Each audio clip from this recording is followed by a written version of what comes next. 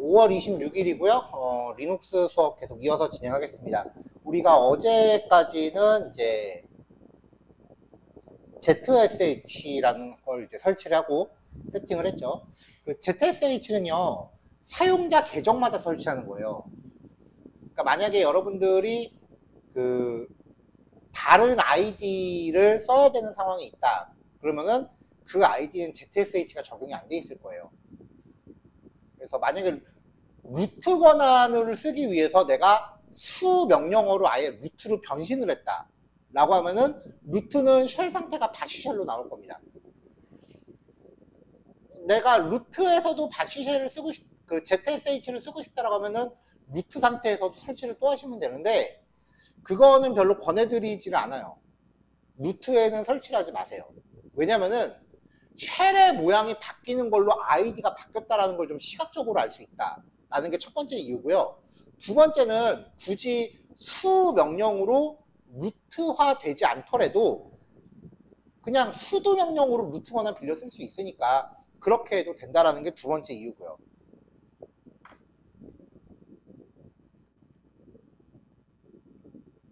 자, 이제 ZSH가 설치가 됐으면 이제 본격적으로 그 프로그램들을 깔기 위해서 진행을 좀 해보죠.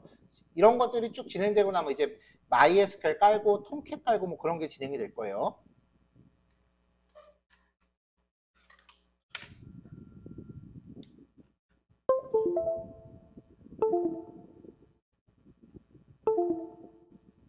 자, 그래서 이제 첫 번째로 소개할 내용이 서비스하고 패키지라고 하는 개념이에요.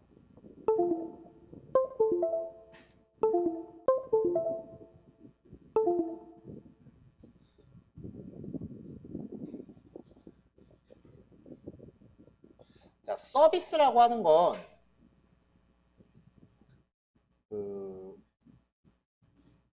서버 프로그램들을 통칭하는 말이에요.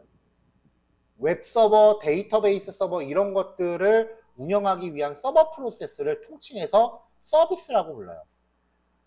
근데 대부분의 서버 프로그램들은 백그라운드 형태로 실행을 하죠. 그래서 백그라운드 프로그램을 지칭하는 말로도 쓰여요. 자, 그러니까 이제 서비스라는 거를 다시 한번 얘기하면 서버 운영을 위해서 리눅스를 설치할 때 서비스는 여러분들이 곧 설치하고 운영해야 되는 소프트웨어 자체가 이제 서비스라는 거죠. 왜냐하면 서버 운영을 위해서 리눅스를 깔았을 때 GUI 프로그램을 쓰진 않으니까요. 자, 패키지라고 하는 건 배포에 용이하도록 프로그램을 압축한 형태를 뜻하죠. 근데 리눅스에서는 설치 프로그램이라고 보시면 돼요. 설치 프로그램을 패키지라고 불러요. 우분투 리눅스에서는 패키지를 설치할 때 apt get이라는 명령어를 씁니다.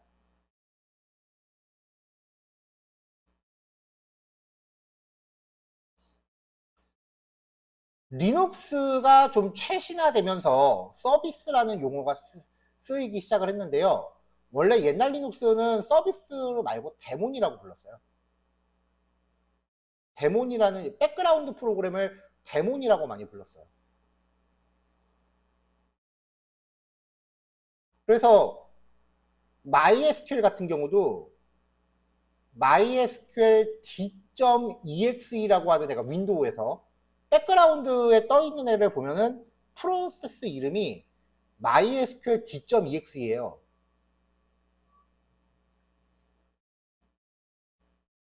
그러니까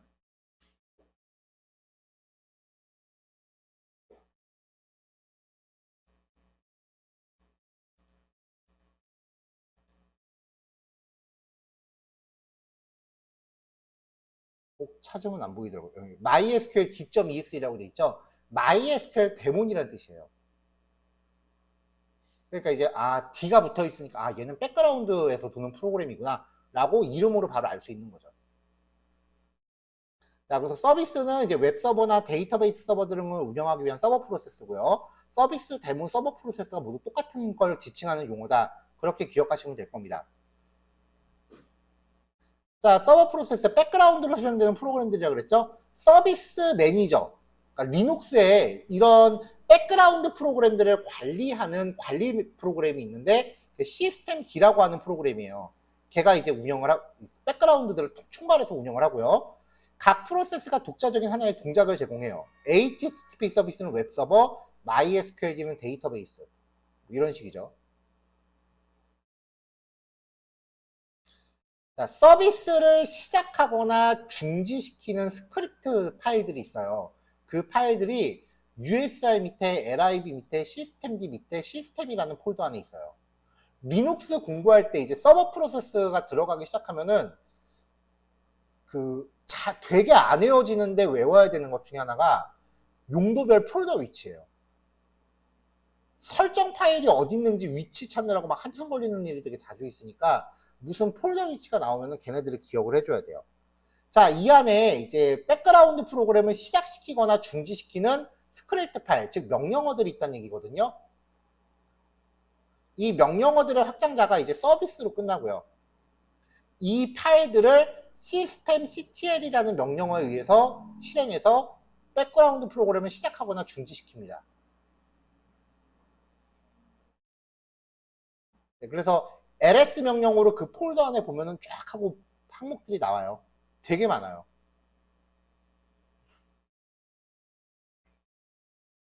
자, 그래서 백그라운드 서비스를 시작할 때는 시스템 CTL 명령에 의해서 옵션을 적용해요. 이 서비스 실행하는 거는 루트 권한을 통해서만 수행 가능하기 때문에 이 안에 수두가 들어가 줘야겠죠. 시스템 CTL 옵션 서비스 이름이에요. 시작할 때는 수두 시스템 CTL 스타트 서비스 이름. 서비스 중지할 때는 시스템 CTL 스탑 서비스 이름. 이게 윈도우에도 이런 개념이 있어요. 윈도우 MySQL 당연히 백그라운드 서비스에 들어갔을 거 아니에요. 그 백그라운드로 동작할 거 아니에요.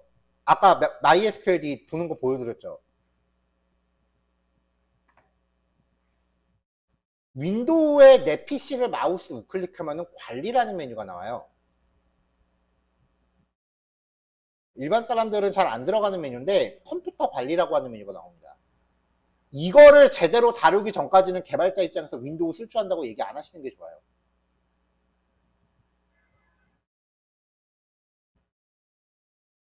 그냥 윈도우를 일반 유저만큼 다루는 거지 이 안에 있는 기능들을 다루기 전까지는 개발자로서 윈도우를 다루는 건 아니에요.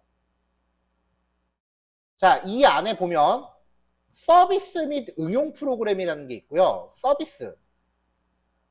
여기 들어가면은 윈도우의 백그라운드 프로그램들이 쭉 등록이 돼 있어요. 여러분들이 MySQL을 설치하셨을 때 MySQL은 여기 등록됩니다. 보면 이제 MySQL 실행 파일 경로가 있고 시작 유형이 자동으로 돼 있죠. 그러니까 이제 우리가 컴퓨터를 껐다 켤 때마다 MySQL이 매번 자동으로 가동되는 거예요. 이거를 수동으로 해놓으면 자동으로 가동이 안 돼요. 그리고 여기서 중지시키면 MySQL 꺼지고요. 중지 시작. 요거 누르는 게 리눅스에서는 지금 시스템 CTL 스타트와 스탑으로 되는 거죠. 근데 윈도우도 명령어가 있기는 해요. net stop MySQL. 이게 지금 여기 서비스 이름 MySQL이거든요. net stop MySQL이라고 하면은 액세스가 거부되었습니다. 자, 명령 프롬프트를 관리자 권한으로 가동할게요. 수도 주는 거랑 똑같죠. net stop MySQL. MySQL 백그라운드 서비스가 중지되는 거예요. 이게 시스템 CTL 스탑에 대응되고요. net start MySQL. 이게 백그라운드 서비스 시작하는 명령이고요. 그러니까 명령어만 다르지 윈도우나 리눅스나 개념은 똑같아요. 그러니까 지금 리눅스에서 소개하는 이 개념들을 전부 윈도우에서도 쓸 수 있어야 개발자로서 어디 가서 나 윈도우로 개발합니다라고 얘기할 수 있는 거예요. 그러니까 그런 거죠. 차 운전할 줄 안다고 해서 정비 잘하는 건 아니잖아요. 일반 유저들은 그냥 윈도우로 차 운전만 하는 거고 여러분들은 적어도 개발하겠다라고 했으니까 윈도우를 정비할 수는 있어야 된다고요. 리눅스 설명 다 끝나고 나면 나중에 여러분들한테 뭐 아마 다음 주에 리눅스가 화요일쯤에 끝난다라고 하면 번외편으로 뭘 알려줄 거냐면요. 몇 년 전에 마이크로소프트가 미친 짓을 하나 했어요. 전 세계에서 엄청 찬사를 받은 미친 짓을 했어요. 그래서 사실 제가 개발자로서 맥을 썼을 때 이점에 대해서 여러 번 얘기했었죠. 사실 지금 그 이점이 윈도우랑 맥이랑 비교했을 때 차이가 전혀 없어요. 이제 맥을 사는 거는 진짜 무조건 이뻐서 사는 거예요. WSL이라고 해서 윈도우 안에, 윈도우 10부터요. 윈도우 안에 우분투 리눅스를 박아버렸습니다. 윈도우 안에, 사실 여러분들의 리눅스를 공부하기 위해서 VM웨어에다가 리눅스 별도로 깔 필요도 없었어요. 윈도우 안에 우분투 리눅스가 내장돼 있어요.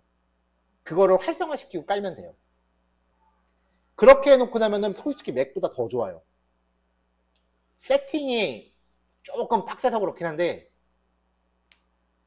그게 가능해지면은 이제 윈도우 개발 환경이 사실 더 무적이 돼요. 그 챗 GPT 기반으로 해서 마이크로소프트에서 개발자용으로 만든 그 AI가 코파일럿이라고 하는 애예요. 그게 지금 비주얼 스튜디오 계열에만 지금 박혀 있는데 오피스에도 조만간 박힌 그 코파일럿이 들어간 게 나올 거라고 예고는 돼 있었고요. 어제 발표하더라고요. 윈도우에도 박아놓을 거라고.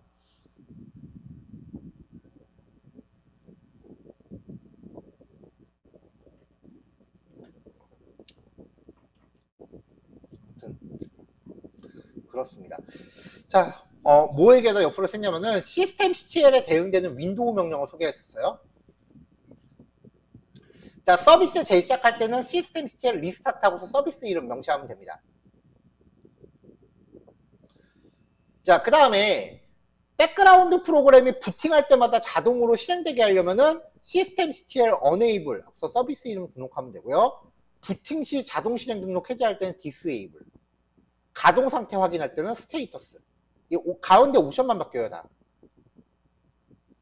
부팅 시 자동 실행이 등록된 서비스 목록 확인할 때는 시스템 CTL 리스트 유니파일스라고 하면은 그 서비스 목록 확인되고요. 자, 그래서 만약에 시스템 CTL 리스트 유니파일스 하면 출력 결과가 너무 많을 수 있으니까 그랩, MySQL이라는 단어가 포함된 것만이라고 하면은 MySQL 서비스가 이렇게 지금 등록되어 있는 거 확인되는 거죠. 그럼 얘네는 부팅할 때마다 자동으로 실행된다라는 건데 요거는 지금 예시예요. 아직 MySQL 안 깔았기 때문에 실제 실습으로 되진 않아요. 지금 여기 나오는 요 명령어들은 여러분들이 지금 당장 실습하려는 게 아니라 앞으로 이 명령어들을 계속 써가면서 프로그램들을 깔아갈 거예요. 자, 그 다음 리눅스 패키지.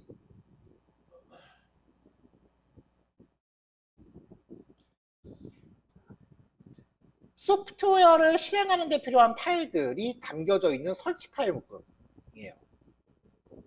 그 메이븐 레파지토리처럼 윈도우는 설치할 파일을 여기저기서 내가 다운받아야 되잖아요. 리눅스는 메이븐처럼 설치 파일들이 공인 저장소에 등록돼 있어요. 그래서 명령어 하나만 딱 치면은 지가 알아서 다운받고 설치까지 다 해요. 그걸 처리해 주는 게 이제 패키지 관리자라고 하는 건데 메이븐 같은 애예요. 그렇다고 여러분들이 뭐 설정 파일을 만질 건 없고요. 명령어만 땅 때리면은 알아서 다운하고 설치 다 해요. 이게 리눅스 버전마다 좀 다른데 우분투는 apt get이라는 프로그램을 쓰고요. 레드햇 계열은 유미라는 프로그램을 쓰고요. 맥 같은 경우는 홈브루라는 프로그램을 써요. 그래서 맥은 프로그램 설치할 때 명령어를 써요. 윈도우처럼 설치 파일 더블 클릭 그런 거 안 해요. 사실 윈도우도 있어요. 초콜릿이라고 하는 게.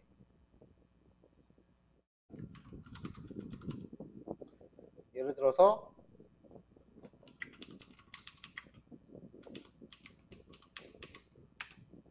제가 안 깔았네요. 그 초콜릿이라고 하는 애를 깔면은 초코라는 명령어로 이렇게 명령어 내렸을 때 명령어로 프로그램을 알아서 쫙 다운받아서 깔아요. 그 다음에 노드.js에 npm하고 얀이라는 애가 있고 파이썬에는 pip라는 애가 있고 자, 그 중에서 이제 그 우분투는 apt-get을 쓴다 그랬죠?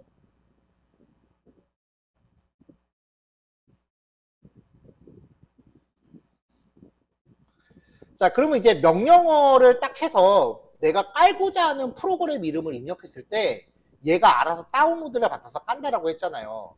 그러면은 리눅스 안에 그 프로그램 이름을 딱 제시했을 때 그걸 어디서 다운받아야 된다 라는 게 명시되어 있는 인덱스 파일이 있어요. 그거를 업데이트 하려면은 apt-get 업데이트 라고 하면 이제 그 etc 밑에 apt 밑에 source.list라는 파일이 업데이트가 되고요. 그 다음에 지금 깔려있는 프로그램을 apt-get 업그레이드라고 하면은 지금 설치되어 있는 프로그램 전체를 싹 다 최신 버전으로 업그레이드해요. 함부로 안 하시는 게 좋아요. 되게 오래 걸려요. apt-get dist 업그레이드라고 하면은 내가 예를 들면 이거야. 우리가 스프링 버전을 업그레이드 하면은 라이브러리들이 과연 호환이 될지 안 될지 벌벌 떨어야 되죠. 근데 리눅스도 마찬가지 그런 일이 되게 많거든요. 근데 요거를 딱 처리하면은 연관된 다른 프로그램들의 버전도 같이 업그레이드를 해줘요. 설치할 때는 apt-get install 패키지 이름, 재설치는 apt-get 옵션으로 reinstall 인스톨 패키지 이름, 삭제 설정 파일을 안 지우는 거 apt-get remove -y 패키지 이름, 설정 파일까지 싹 다 지우는 거는 purg -y 패키지 이름, 내가 설치하고자 하는 패키지가 있는지 보는 거는 apt-cache search 패키지 이름, 패키지 정보 보는 거는 apt-cache show 패키지 이름. 이런 식으로 해서 이제 이 명령어들을 이제 프로그램 설치하는 데 쓸 겁니다, 앞으로요. 자, 잠깐 쉬었다 갑시다. 이제 네트워크하고 방화벽이라는 개념까지 이해하고 나서 본격적으로 프로그램을 깔 건데, 당장 프로그램 설치를 바로 하지 않는 이유는 우리가 리눅스에 설치하려는 프로그램들은 전부 서버기 때문에 네트워크 설정을 겸해야만 외부에서 접속을 확인할 수 있어요. 그래서 네트워크랑 방화벽이라는 개념도 같이 이야기를 해야 돼요. 요거 되게 중요한 단어니까 요것도 좀 이따가 잘 신경 써서 듣고요. 자, 지금 4시 45분인데요. 3시에 시작합시다. 자, 네트워크라고 하는 주제에 대해서 이야기를 좀 해볼게요. 다른 과목을 진행하면서 몇 번 제가 지나가는 얘기를 했던 것들이 있는데, 거기에 대해서 이제 공식적으로 내용을 체계화시키는 거라고 보시면 돼요. 자, 우리가 흔히 이제 TCP/IP라는 표현을 많이 해요. 뭐 개발자가 TCP/IP를 이해하면 신세계가 열린다라고 제가 어저께 봤었던 유튜브 영상 제목이었거든요. 그만큼 내부적으로 중요하긴 한데, 요즘 이게 예전에 프로그래밍을 한다라고 하면은 그 거의 포트폴리오 작품으로 제일 많이 만들었던 게 채팅이었어요. 그래서 내 컴퓨터에 설치할 수 있는 채팅 클라이언트 프로그램을 깔고, 그 다음에 채팅 서버를 깔고, 다른 컴퓨터에서 클라이언트를 또 깔아서 얘를 통해서 이렇게 서로 대화를 할 수 있는 이런 프로그램을 이제 했었는데, 이때는 통신 방식이 HTTP가 아니라 TCP/IP였다고요. 그래서 이 네트워크 방식을 이해하는 거 이런 거 만들 때 좋다라고 하는데, 지금은 이런 방식의 통신이 남아있는 게 게임밖에 없어요. 게임 클라이언트하고 게임 서버 구현할 때는 아직도 이런 방식으로 해요. 실시간 통신을 해야 되는 경우. 근데 그거 말고 요즘은 다 외부로 흡수됐기 때문에 사실 요즘은 깊게 할 필요까지는 없고요. TCP/IP가 뭐다라는 제목 정도만 아셔도 충분할 거예요. 그 네트워크 전송 프로토콜이라고 하는 용어를 되게 많이 쓰는데, 프로토콜이라고 하면은 규약이란 뜻이에요. 그래서 인터넷 표준 프로토콜이다라고 얘기하는데, 트랜스미션 컨트롤 프로토콜의 줄임말로서 인터넷 프로토콜이라고 해요. 근데 뭐 원래 얘기까지 알 필요는 없고, TCP는요 전송 데이터를 일정 단위로 쪼개고 포장하는 것에 관한 규약이에요. 그러니까 우리가 이마만큼의 문자열을 전송하고 싶다라고 하면은 이거를 이진수로 다 바꿔요. 자바에서 우리가 왜 스트림이라고 했었죠? 스트림이라는 걸로 바꿔요. 그 다음에 이진수들의 배열이 뜰 거 아니에요. 뭐 이런 식으로 배열이 막 만들어지겠죠? 이거를 전송하기 위해서 몇 개씩 쪼개서 전송하느냐. 그런 것들에 대한 규약이에요. 이 규약대로 여러분들이 코딩을 해야 된다는 게 아니라 그냥 네트워크에 전송해라 라고 명령어만 내리면은 컴퓨터가 알아서 그냥 이진수를 알아서 쪼개서 보내요. IP 프로토콜은 데이터를 주고받는 것에 대한 규약이에요. 얘는 포장 단위, 데이터를 쪼개는 규약, 얘는 전송 규약. 그래서 합쳐서 데이터를 패킹하고 전송하는 규약을 TCP/IP라고 해요. 자, 뭐 TCP/IP는 이렇게 그냥 용어 정도만 어디서 들어본 것 같다라고만 해도 충분하고요. 그 다음에 IP 주소. 여기부터는 좀 힘줘서 기억하세요. 네트워크상에 존재하는 컴퓨터의 고유 번호예요. IPv4 방식이랑 IPv6라는 방식이 존재하는데 IPv6는 쓰지 않으니까 IPv4 요거를 쓰시면 돼요. 숫자 4개로 IP 주소를 표현하는데 각각의 숫자는 0번부터 255번까지 범위를 가져요. 그래서 000땡000땡000땡000 이렇게 해서 각 자리가 0번부터 255번까지가 되고요. 로컬 컴퓨터의 주소를 의미하는 127.0.0.1이라는 주소도 있어요. 이거는 어느 컴퓨터에서 입력한 건 자기 스스로를 뜻해요. 그러니까 나라고 하는 글자가 제가 나라고 하면 저를 가리키는데 여러분들이 나라고 하면 자기를 가리키는 거죠. 그런 의미예요. IP 주소의 종류는 공인 IP랑 사설 IP가 있어요. 공인 IP는 공인기관에서 할당받아 쓰는 거고요. 네트워크상에 공개된 유일한 IP예요. 그래서 공인 IP를 알면 누구나 쉽게 해당 장치에 접속이 가능하고요. 일반적으로 이 공인 IP를 고정 IP라고 알고 있는 분들이 많이 계시는데 고정 IP라는 용어는 원래 없는 용어예요. 상용 서비스를 운영하기 위해서는 공인 IP가 필요합니다. 근데 이거는 우리가 일반적으로 쓰는 IP 주소랑 비교했을 때 좀 비싸요. 사설 IP, 내부적으로 쓰는 IP고요. 공유기 등의 장비를 통해서 할당받는 IP를 사설 IP라고 합니다.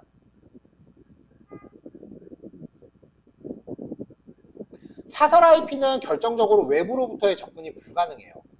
그러니까 공유기를 쓰는 컴퓨터 안은 외부에서 접근이 안 된다. 무슨 말이냐면은 여러분들 집에 다 공유기 있죠? 여러분들 집에 있는 컴퓨터는 외부에서 접속이 안 돼요. 접속해봐야 공유기까지밖에 접속을 못해요. 근데 만약에 그 공유기를 해킹해서 뚫었다라고 하면 얘기가 다르겠지. 사설 IP 대역은 정해져 있어요. 10.0.0.1부터 10.25.25.254. 그 다음에 172.16.0.1부터 172.31.25.254. 192.168.0.1부터 192.168.255.254. 특히 192.168로 시작하는 게 우리가 일반적으로 가정에서 쓰는 공유기예요.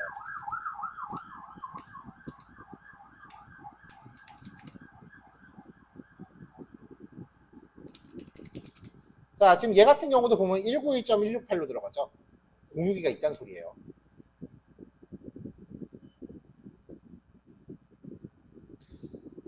아까 얘기했을 때 IP 주소라고 하는 거는 알고 있으면 어떤 장치에 접속할 수 있다고 그랬죠. 근데 IP 주소는 숫자로 돼 있기 때문에 쓰기가 좀 불편해요. 그래서 이 IP 주소랑 1대1로 매칭되는 문자의 형태의 주소가 있는데 그게 이제 호스트 이름과 도메인이라는 걸로 구성이 돼요. 도메인은 사이트 주소의 뒷부분이에요. 기관을 대표하는 인터넷 주소. 그 다음에 앞에 붙어있는 이 단어를 호스트 이름이라고 해요. 인터넷 주소 처음에 위치하는 거고요. 서버 컴퓨터에 지정된 문자열 이름이에요. 예를 들면은 네이버 같은 거 보면 네이버닷컴이라고 하는 그 대표 도메인이 있는 거고요. 여기에서 따따따라는 이름을 갖는 컴퓨터. 우리 우분투 설치할 때 컴퓨터 이름 정했죠. 저는 제 컴퓨터에는 마이서버라고 들어가 있어요. 그리고 카페, 블로그 이런 식으로 컴퓨터들이 여기에 이 도메인 안에 연결되어 있는 거예요. 그럼 이제 이 컴퓨터에 접속하기 위해선 따따따.네이버닷컴이 되는 거죠. 그러니까 그러니까 어떤 집단 안에 속해 있는 컴퓨터들의 이름을 호스트라고 하는 거예요. 그래서 이 의미는 hosm.kr이라고 하는 그룹 안에 있는 블로그라는 주소를 갖는 컴퓨터. 그런 의미가 돼요.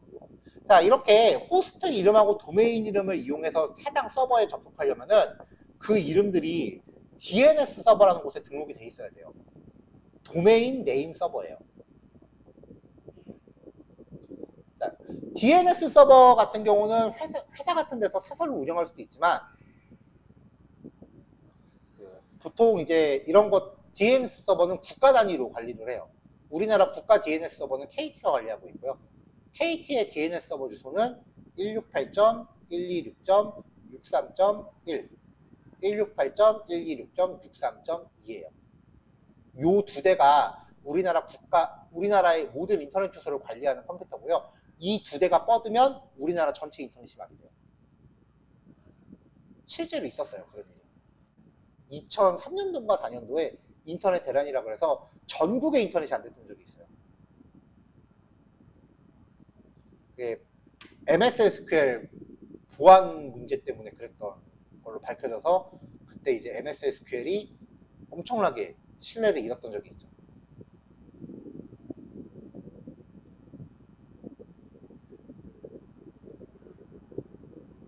자, 서브넷 마스크. 컴퓨터에서 자기 컴퓨터 IP 주소를 이렇게 확인하면은 IP 주소가 이렇게 나오고 그 다음에 서브넷 마스크라는 게 나와요. 자, 여기 지금 어댑터 VMnet 1, 어댑터 VMnet 8이라고 뜬 거는 제 컴퓨터에 VMware를 설치하면서 VMware가 구성한 가상 네트워크예요. 왜냐면은 이게 개념이 우리가 윈도우가 지금 설치가 돼 있잖아요. 그리고 이 안에 리눅스가 또 있는 거잖아요. 그러면은 VMware가 이 사이에서 공유기 역할을 해요. 그래서 우리 윈도우가 이제 VMware한테 IP 주소를 할당하면 VMware가 리눅스한테 주소를 할당하는 이런 과정에서 만들어진 공유기와 리눅스의 IP 요 두 개가 그 VMnet 1하고 VMnet 8이라는 이름으로 생긴 거고요. 윈도우가 갖고 있는 자체 주소는 요거예요. 자, 여기 보시면 191.168.10.177 게이트웨이는 191.168.10.1 그리고 255.25.25.0이라는 게 서브넷 마스크라고 나와 있죠.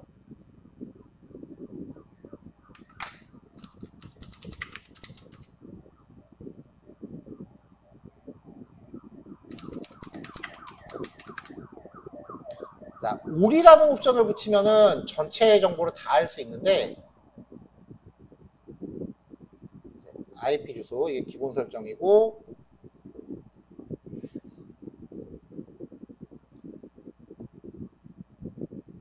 DH 서버라고 하는 게 공유기예요. 여기 보면은 DNS 서버라고 있죠. 아까 제가 말했던 주소죠. KT로부터 DNS를 갖고 온다. 이 DNS라는 게 어떤 역할을 하냐면은 우리가 따따따.naver.com이라고 주소를 브라우저에 입력하고 엔터키 땅 치면은 일단 무조건 DNS로 가요. 그럼 DNS에 따따따.naver.com에 대응되는 IP 주소가 저장되어 있는 DB가 있어요. 그래서 여기에서 우리가 인터넷 도메인 주소를 DNS 서버한테 딱 갖다 주면은 DNS가 그거를 IP 주소로 환전해줘요. 일종의 환전소예요. 그럼 우리는 그 IP 주소를 갖고 네이버로 가는 거예요. 그런 역할을 하는 거고요. 서브넷 마스크는 네트워크 구분단위예요.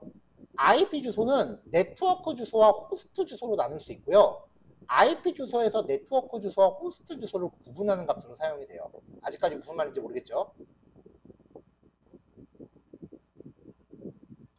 자, IP 주소가 이렇게 돼 있을 때 지금 여기 보면은 서브넷 마스크가 255.255.25.0이거든요.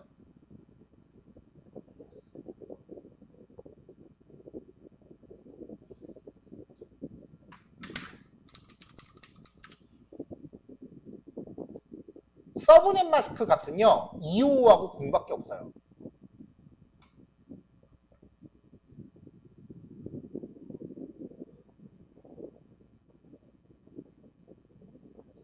자, 요 의미가 뭐냐면은 이제 2호로 돼 있는 곳, 이게 지금 세 자리죠.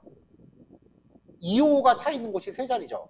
그러면 내 IP에서 2호로 차 있는 곳 세 자리, 이게 브로드캐스트 주소라고 부르는데, 모든 컴퓨터와 통신하는 주소, 쉽게 말하면은 이 메가스터디 아카데미의 신촌점에서 모든 컴퓨터는 IP 주소 앞자리가 요걸로 돼 있어요. 그러니까 이게 2호로 되어 있는 곳은 그 자리가 어떤 집단을 의미하는 자리라는 거예요. 그걸 브로드캐스트 주소라고 그래요. 그리고 그 마지막 0으로 되어 있는 자리, 이거 177이죠. 177이라는 게 네트워크 주소라는 뜻인데, 쉽게 말하면 이 컴퓨터 번호예요. 그러니까 192.168.12라고 하는 집단 안에 177번 주소를 갖는 컴퓨터예요. 그러니까 지금 이 강의실 안에 있는 모든 컴퓨터는 앞에 세 자리가 똑같을 거예요. 왜냐하면 서브넷 마스크가 255가 세 자리니까. 만약에 255, 255, 00이면은 앞에 두 자리가 다 똑같은 거예요. 같은 공유기에 몰려있는 컴퓨터들은 브로드캐스트 주소가 똑같아요. 브로드캐스트 주소가 똑같은 애들끼리는 서로 통신이 돼요. 그래서 우리가 전에 강의실에서 서로 이제 통캔 열어서 접속해봤었죠. 그게 이 브로드캐스트 주소가 똑같은 애들끼리만 되는 거예요.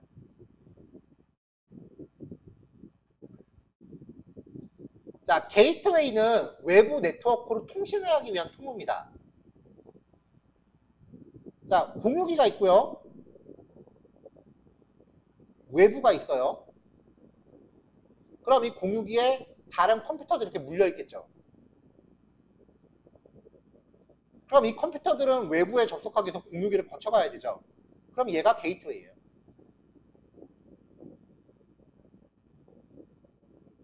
그리고 이 공유기는 외부에서 들어오는 인터넷 회선을 다른 컴퓨터한테 이렇게 쪼개주는 역할을 하죠. 이 쪼개주는 역할을 하는 게 라우터예요. 그래서 보통 라우터가 게이트웨이 역할을 해요. 라우터라고 하는 게 공유기를 뜻하는데, 이 공유기가 보통 게이트웨이 역할을 해요.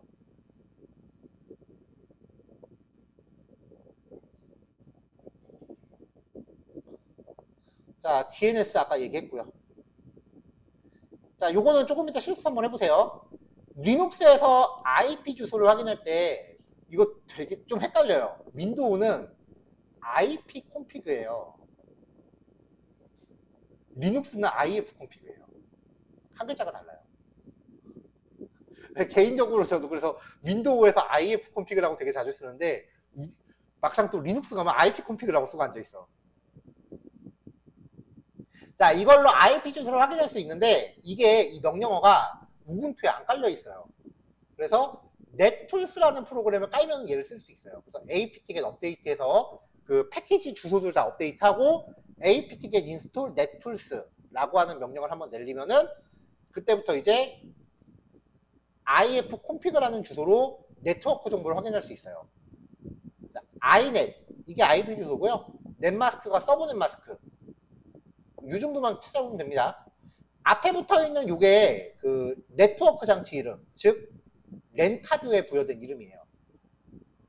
지금 요거랑 로컬호스트에 관련된 정보가 같이 출력되고 있죠. 내가 특정 네트워크 장치의 정보만 보고 싶다라고 하면은 ifconfig 장치 이름, 여기는 ETH0라고 했는데 지금 요 상태로는 EMP0S5라고 적어야겠죠. 그러면 요 정도만 출력이 돼요.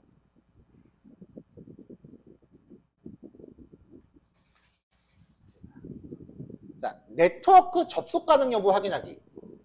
어떤 사이트에 접속을 하고 싶은데 어떤 사이트가 지금 먹통이 됐어.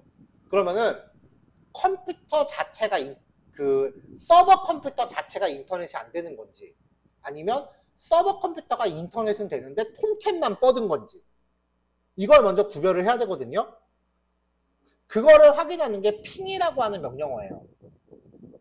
1초마다 목적지 컴퓨터로 패킷, 한 1패킷인가 하는 그냥 더미 데이터를 보내요. 그걸 전송하고 결과를 수신해서 대상 컴퓨터가 인터넷에 연결이 돼 있다는 걸 확인하는 용도예요. 만약에 어떤 사이트가 먹통이 됐는데 해당 컴퓨터가 핑에는 응답을 하는데 저 사이트가 접속이 안 됐다.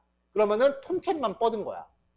근데 핑에도 응답이 없다라고 하면 그 컴퓨터 자체가 인터넷이 안 되는 거야. 당장 택시 타고 데이터 센터 가야 돼.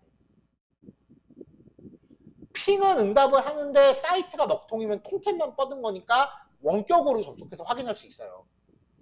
근데 컴퓨터 자체가 인터넷이 안 되면 가서 오프라인으로 가야지. 그래서 핑에 응답한다라는 거는 접속이 가능하다는 의미인데, 바꿔 말하면 이건 해킹이 가능하다는 얘기거든요. 그래서 최근에는 방화벽을 통해서 핑에 응답하지 않도록 설정을 해요.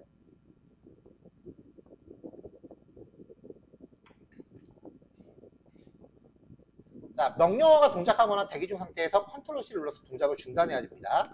그래서 이거를 윈도우에서 리눅스로 핑 한 다음에 IP, 리눅스 IP를 때려보는 거죠. 자, 그러면은 지금 192.168.242.128의 응답 32바이트가 지금 계속 나한테 되돌아오고 있다는 거잖아요. 이거는 지금 우리 리눅스는 네트워크상으로 이제 접속이 가능하다는 얘기야. 그러면 SSH로 접속을 할 수 있어요. 근데 핑 네이버.com 응답이 없죠. 요청 시간이 만료되었습니다 하잖아요. 강제로 끌려면 컨트롤 C 누르면 됩니다. 근데 현재 네이버는 멀쩡히 접속이 가능해요. 이게 왜 그러냐면은 핑에 응답한다라는 거는 해커한테 먹잇감이 될 수 있다는 얘기니까 그 여부를 알려주지 않기 위해서 핑에 응답 안 하게 막아놔요. 보통 실무 장치들은. 그러니까 우리도 이따가 방화벽 설정할 때 핑 응답 안 하게 막을 거예요.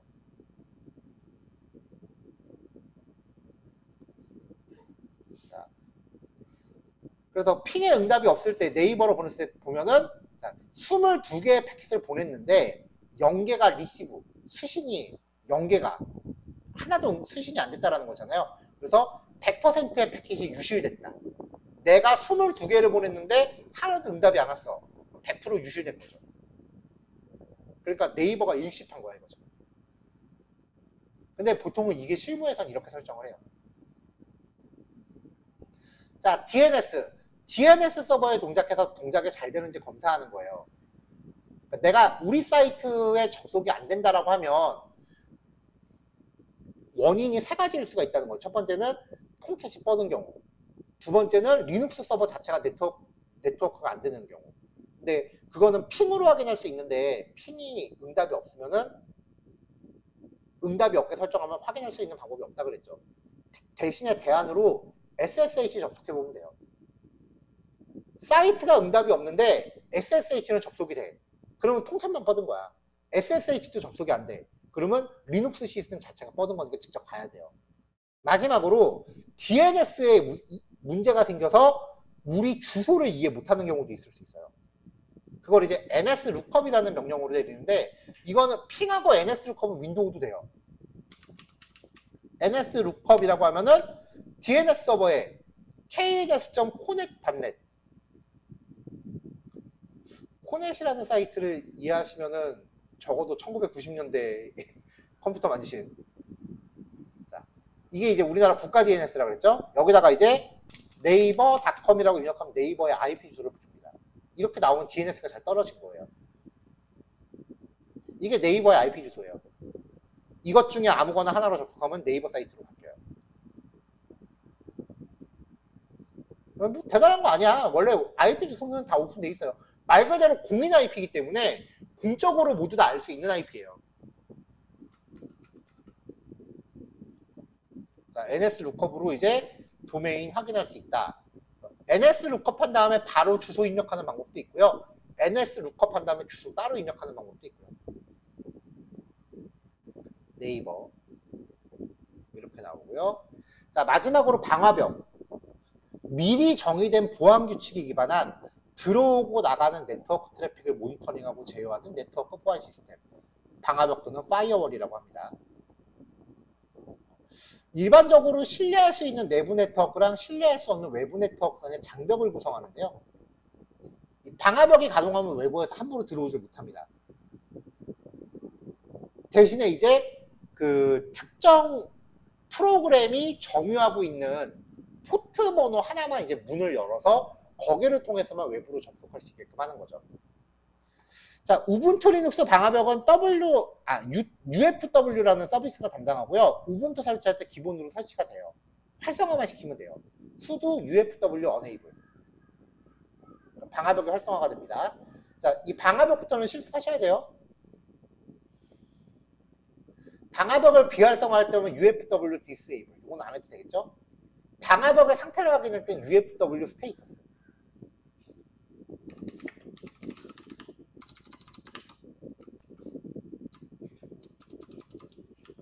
(192.168.242.128) 자, 지금 다른 모니터에서 리눅스 접속하고 있어요.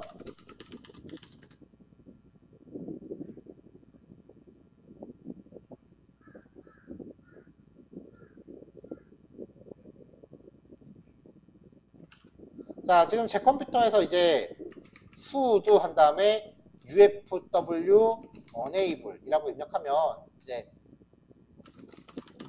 방화벽이 활성화가 돼요. 자, 이렇게 하면 이제 진짜 진행하겠냐 물어봐서 yes를 누르면 방화벽이 이제 스타트업 됐다라고 떴죠. 그러면 이제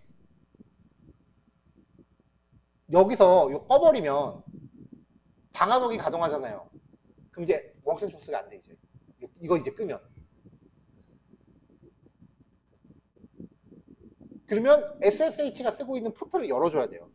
안 그러면 접속이 안 돼요. 이때부터는 조심해야 돼, 이제 작업. 자, 방화벽 끄지 말고. 자, sudo ufw status라고 하면은 액티브라고 나오죠. 지금 방화벽이 동작 중이라는 거야. 자, 효율적인 방화벽 접근 방법은요. 일단은 외부에서 들어오는 모든 접근을 다 차단해버리고요. 쓰고 싶은 포트만 부분적으로 오픈하는 거예요. 그래서 sudo ufw 디폴트는 되니 기본적으로 다 막아버려라. 자, 이렇게 해서 적용을 했고요. 만약에 모든 외부 접속을 허용할 거면은 디폴트를 allow라고 하는데 이건 정신 나간 짓이야. 하지 마세요. 자, 이제 특정 포트. 자, 지금 방화벽을 가동을 시켰죠. SSH는 기본적으로 22번 포트를 씁니다. 그러니까 아래 실습 내용 중에 22번 포트 접근 허용을 실습해야 돼요. 안 그러면 모든 외부 접속이 차단되니까 이후에 SSH를 통한 실습이 안 돼요. 자, sudo ufw allow 한 다음에 허용하고자 하는 포트 번호를 적으시면 돼요. sudo ufw allow 22. 자, 그럼 규칙이 추가됐다라고 뜨죠. add rule add.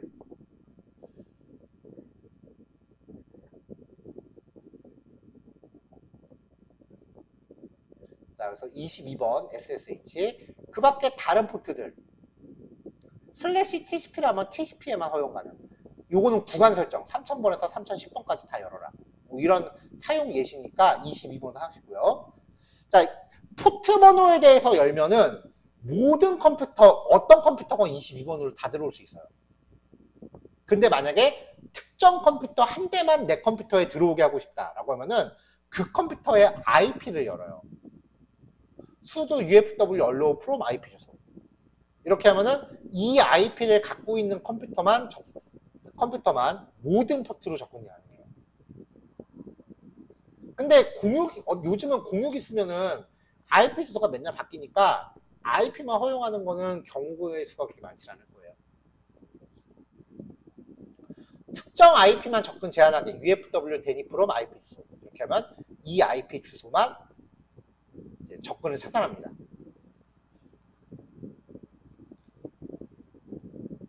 자, 방화벽 규칙을 삭제하고 싶다라고 하시면은 UFW delete 그 다음에 방화벽 규칙이에요. UFW delete. 아까 allow 2222번의 TCP 이렇게 하면은 2222번에 대한 TCP 접근 허용 규칙을 삭제해라.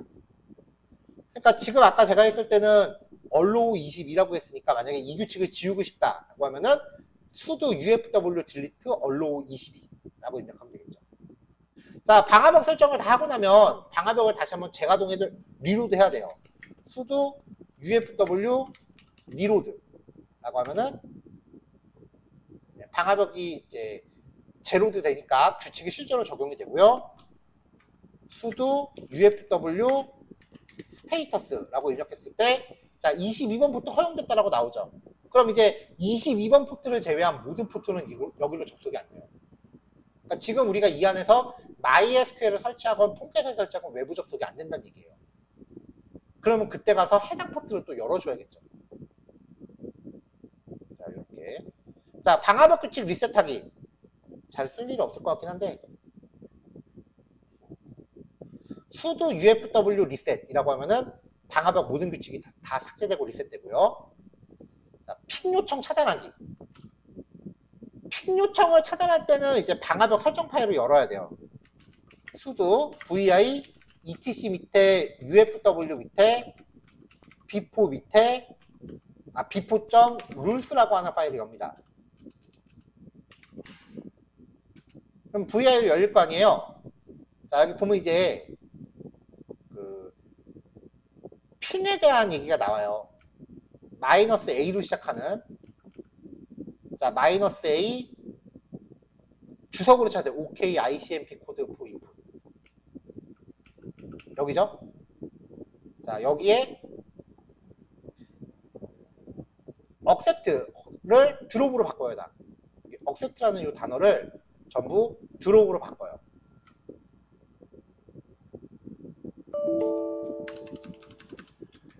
드롭 밑에도 드롭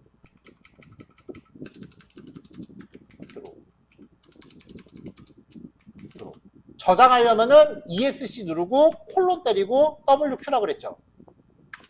이렇게 해서 저장을 해요. 그럼 이제 방화벽을 다시 한번 리로드 해주면 돼요. sudo ufw 리로드라고 해서 방화벽을 재가동하면 자 이제 윈도우에서 리눅스를 픽 때리면 아까는 핀 응답했었어요. 핀 192.168.242.128 하면은 응답이 없죠.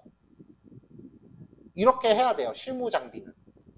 안 그러면은 엄한 국가에서 되게 많이 들어와요. 중국, 러시아 이런 데서 진짜 많이 들어와요.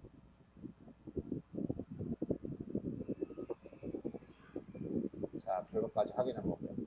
자, 여기까지 해서 이제 그 방화벽 가동시키 지금 여러분들이 여기서 실습하셔야 되는 건 방화벽 가동시키고 SSH 접속은 돼야 되니까 22번 포트 열고요. 그 다음에 핑 접근 맞고요. 지금 여기부터 진행되는 실습은 여러분들이 이제 실제 상용 서비스를 오픈할 때 오늘 수업 내용부터 리눅스 진도 끝날 때까지 그냥 무조건 다 처음에 세팅하는 과정에 다 그냥 하시면 돼요. 그나마 이것도 버전별로 명령어들이 조금씩 다른 거 최적의 명령을 찾느라고 저도 이것저것 나름 많이 찾아본 거니까 어디 가서 못 받는 자료니까 잘 보관하세요. 이거 PDF로 다운받아서 잘 수정하시고요. 이거 방화벽 비활성화 명령어는 말 그대로 비활성화니까 이거 비활성화한다고 설정해놨던 그런 규칙들을 삭제되는 게 아니거든요. 그쵸. 리셋 많이 삭제시키는 거죠. 그쵸. 근데 방화벽을 비활성화하면 그때부터는 독립북이 되는 거지, 그 컴퓨터는.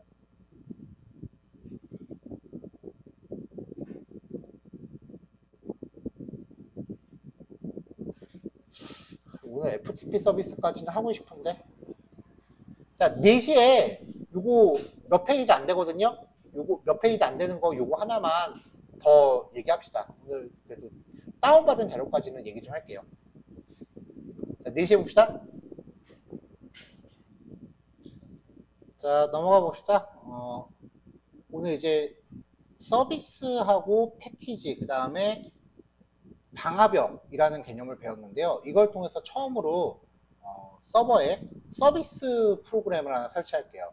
첫 번째는 FTP예요. FTP는 파일 트랜스퍼 프로토콜의 줄임말로서요. 안정적인 파일 전송이 가능한 프로토콜이에요. 그래서 리눅스 서버에 파일을 업로드하기 위해서 쓰이는 가장 기본적인 서비스 중에 하나예요. FTP는 기본적으로 21번 포트를 쓰는데 보안을 위해서 다른 포트로 바꿔서 쓰기도 합니다. 하지만 어떤 포트를 쓰던지 간에 그 포트에 대한 방화벽 허용 설정이 필요합니다.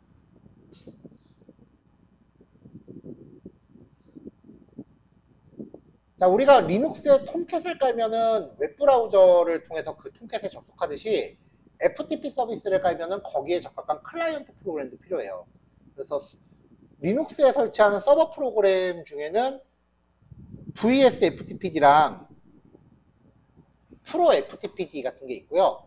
클라이언트 프로그램은 리눅스용은 NCFTP, LFTP, 윈도우용은 RFTP. 옛날에는 RFTP라고 했는데 최근에 R 드라이브로 이름이 바뀌었어요. 그리고 맥OS는 사이버덕이라는 프로그램인데 얘는 유료고요. 윈도우나 맥 같은 거를 가리지 않고 공용으로 쓸 수 있는 게 파일딜러라는 프로그램이 있어요. 얘는 무료 버전, 유료 버전이 다 있는데 무료만 써도 충분해요. 자, 리눅스에서 구동 가능한 서버는 프로 FTPD가 설정이 쉬운데 성능은 VS FTP가 더 좋아요. 그래서 기왕이면 좋은 거 쓰는 게 좋겠죠. 자, FTP에 접속 가능한 사용자 종류. 일단 일반 사용자가 있어요. 대부분의 FTP 서버는 리눅스 운영체제의 사용자 계정을 그대로 사용해요. 그래서 각 사용자별로 자신의 홈 디렉토리에 FTP로 접속을 하고 자기 홈 디렉토리 안에서만 파일 업다운로드를 처리합니다. 익명 사용자는 말 그대로 그냥 아무나 다 접속하는 거예요. 모든 FTP 서버에 기본적으로 등록이 돼 있어요. 익명 사용자는. 그래서 아이디가 애너니머스로 고정돼 있고요. 비밀번호는 없어요. 그냥 아무나 이 아이디로 다 접속할 수 있는 거야. 보안은 별로겠죠? 실무에서는 익명 사용자의 접속을 차단을 합니다. 자, 그 다음에 이제 FTP 전송 모드에 대한 구별이 있는데요. 첫 번째는 액티브 모드. 접속에 사용되는 포트와 데이터 전송을 포트를 하나씩만 써요. 접속할 때는 21번 포트를 써요. 그러니까 로그인 같은 거 할 때는 21번 포트를 쓰고 그 다음부터 파일 업다운로드는 20번 포트를 쓰는 거예요. 그러니까 만약에 100명이 접속했다면 100명이 다 하나의 포트를 써야 되니까 속도가 좀 그렇게 좋진 않겠죠. 패시브 모드는 데이터 접속, 로그인 할 때는 21번 포트 하나를 쓰는데 데이터 전송에는 여러 개의 포트를 한꺼번에 쓸 수 있어요. 그래서 전송 효율이 좋아요.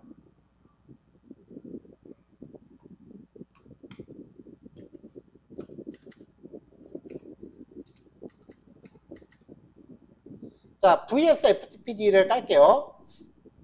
서비스 패키지를 깔기 위해서요. apt-get install vs FTPD 명령을 내립니다.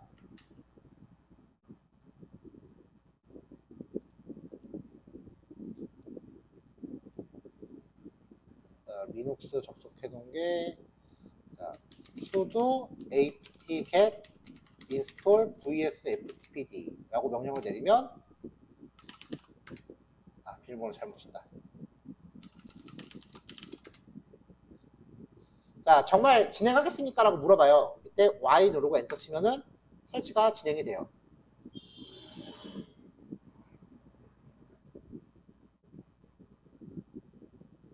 자, 설치가 끝난 거예요. 자, 설치가 쭉 진행이 됐고요. Y 누르시면 되고요. 자, 그 다음에 이제 환경 설정을 해야 돼요. 기본적으로 일반 유저가 자기의 홈 디렉토리에 접근한 다음에 상위 디렉토리로 이동이 가능해요. 리눅스 폴더 구조가 최상위 디렉토리가 있고 그 밑에 홈이라고 하는 디렉토리가 있고 이 안에 각 사용자별로 폴더가 있어요. 그럼 FTP를 통해서 여기에 접속을 하는데 상위 폴더로 들어갈 수 있다는 말은 시스템을 막 여기저기 돌아다닐 수 있다는 얘기예요. 그럼 FTP로 접속해서 뭔가 이상한 거 지워버리면 시스템 뻥나잖아. 그래서 전체 디렉토리에 열람할 수 있다는 의미니까 보안에 매우 좋지 않습니다. 그래서 자기 홈 디렉토리보다 상위 디렉토리는 접근하지 못하도록 설정해요. 이 위로 못 올라가게끔 막아야 되고요. 접속 포트. 기본 접속 포트 21번은 일반적으로 널리 알려져 있고요. 특히 해킹이 제일 많이 들어오는 포트 중에 하나예요. 21번이. 그래서 이 값을 임의로 바꿔서 악의적인 사용자가 쉽게 유추할 수 없도록 포트를 바꿔야 되고요. 아까 말했다시피 패시브 모드가 전송 효율이 좋다 그랬죠? 기본적으로 액티브 모드이기 때문에 패시브 모드로 바꿔서 전송 효율을 높여야 됩니다. 이런 것들을 설정 파일로 수정합니다. 리눅스를 다룬다라는 거는 이제부터 시작이에요. 뭔가 프로그램을 깔고 설정을 바꾸려면 VI로 설정 파일을 열어요. 여러분들이 비주얼 스튜디오 코드로 뭔가 설정을 할 때도 비주얼 스튜디오는 착해서 이렇게 나오는데 원래 옛날 설정은 이렇게였어요. 제이슨으로. 뭔가 설정하려면 이렇게 들어가야 된다고요. 자, 그래서 설정 파일을 열어요. sudo vi etc 밑에 vs ftpd.conf 라는 파일을 엽니다. 설정 파일이 쭉 나오죠? 이게 설정 파일 양이 겁나 많아요. 자, 기본 값들은 그냥 쭉 두고요. 맨 밑으로 내려서 엄청 많아. 잘못 건드리지 마세요. 자, 입력 모드로 바꾼 다음에 맨 밑에다가 이 내용들을 집어 넣으세요. 복사 붙여넣기 꿈도 꾸지 말고요. 자, 샵으로 시작하는 게 주석인지 주석은 뭐 굳이 안 넣어도 돼요. ch 루트 로컬 유저는 yes 라고 하면은 각 유저가 자기 홈 디렉토리 위로 못 올라가게 해요. allow 오타 조심하세요. write able ch 루트는 yes. 자기 홈 디렉토리에 대한 쓰기 권한 허용이고요. write enable yes. 자, 파일이나 폴더에 대한 기본 퍼미션. local umask는 022. 파일 오픈 모드는 0644. 접속 포트. 리슨 포트는 9902로 바꾸고요. 패시브 모드 활성화.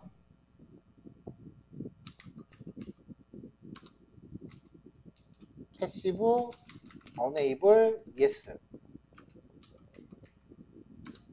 패시브 min 포트. 전송 포트를 10100부터 패시브 맥스 포트는 10200. 그러니까 100개의 포트 번호를 이제 데이터 전송하는데 쓰겠다는 거죠. 이렇게 입력을 해야 돼요. 자, 제가 임의로 여기 설정 값에 오타를 좀 내볼게요. 일부러 오타 냈어요. 자, 이제 저장하고요.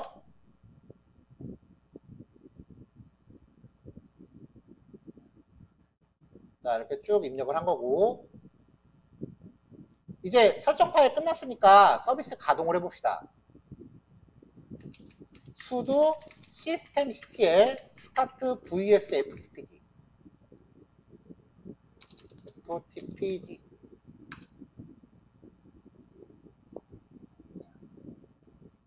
자, 그 다음에 동작 여부. sudo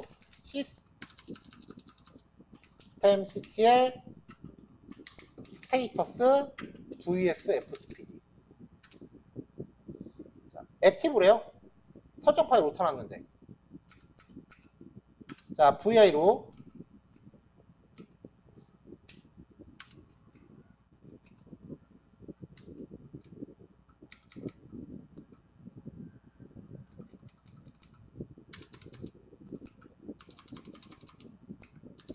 막 이렇게 지운 다음에 저장.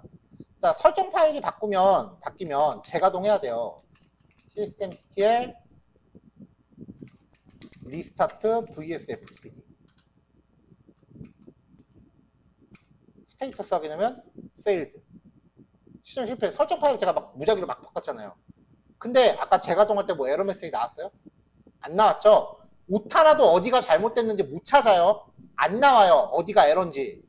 처음부터 작업 과정 전체를 다 뒤져야 돼요.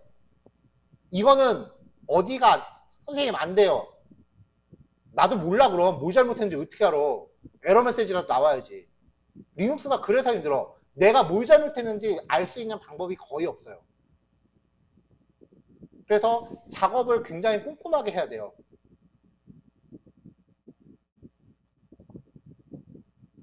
자, 일단 설정 파일 다시 보여줘. writeable ch 루트는 yes로 바꾸고 write enable 얘도 yes local u mask 02 파일 오픈 리스트. 네, 좋네요.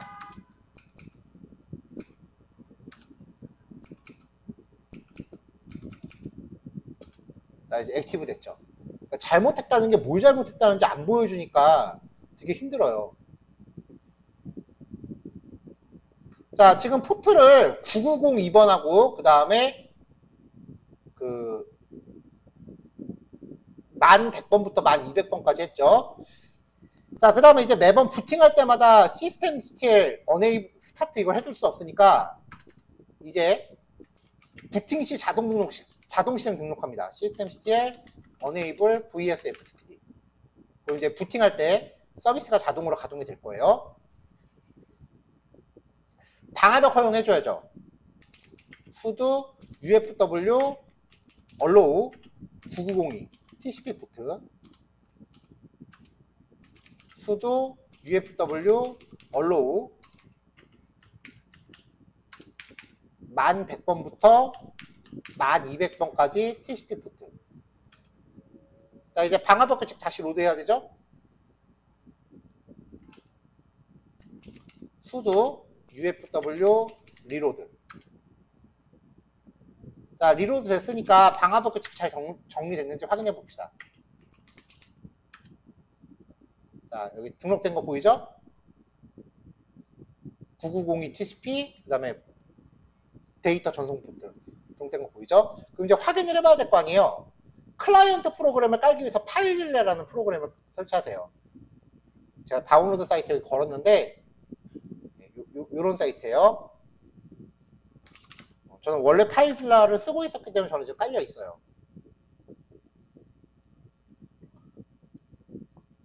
자, ls-al 하면 ls 리스트라고 하면은 지금 제 컴퓨터에 hello.tare.gz test.txt test.txt 이렇게 파일 있죠? 이제 리눅스 IP를 넣읍시다. 192.168.242.128 아이디는 리눅스 접근 IP 비밀번호도 입력하고 아까 포트 번호 9902로 넣었죠. 그렇게 하고 연결 버튼 누르면 자, 파일 보이죠? hello라는 폴더 hello.tar.z test.txt test.txt 똑같잖아요. 요거. 자, 여기 이 왼쪽 영역이 지금 내 컴퓨터고요. 오른쪽이 리눅스 서버예요. 여기서 내가 올리고 싶은 파일을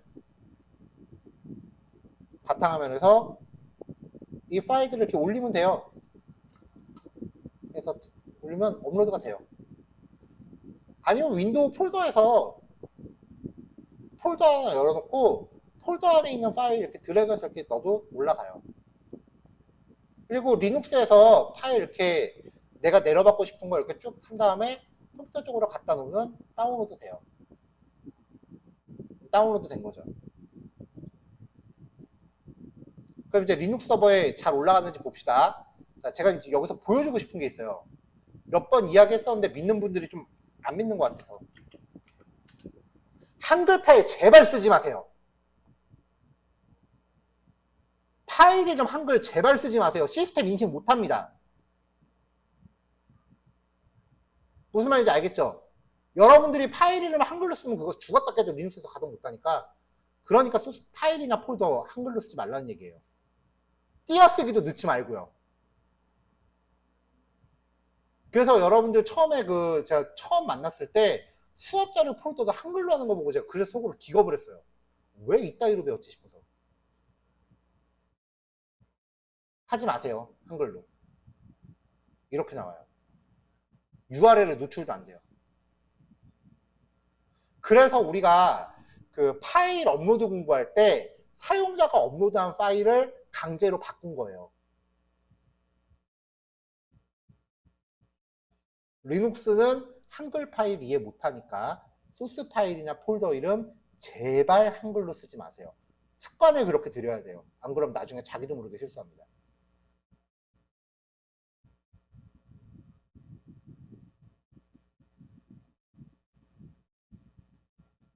이게 윈도우는 파일 인코딩을 EUC-KR로 해요.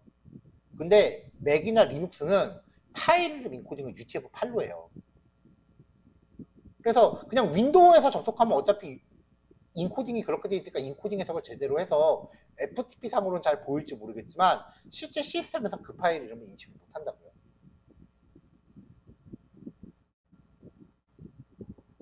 이렇게 되면 리눅스 상에서 지우지도 못해요. 이거 이름이 이상해서. FTP로 지워야지.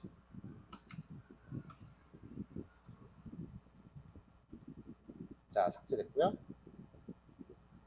다시 ls 해보면 지워지고 없죠.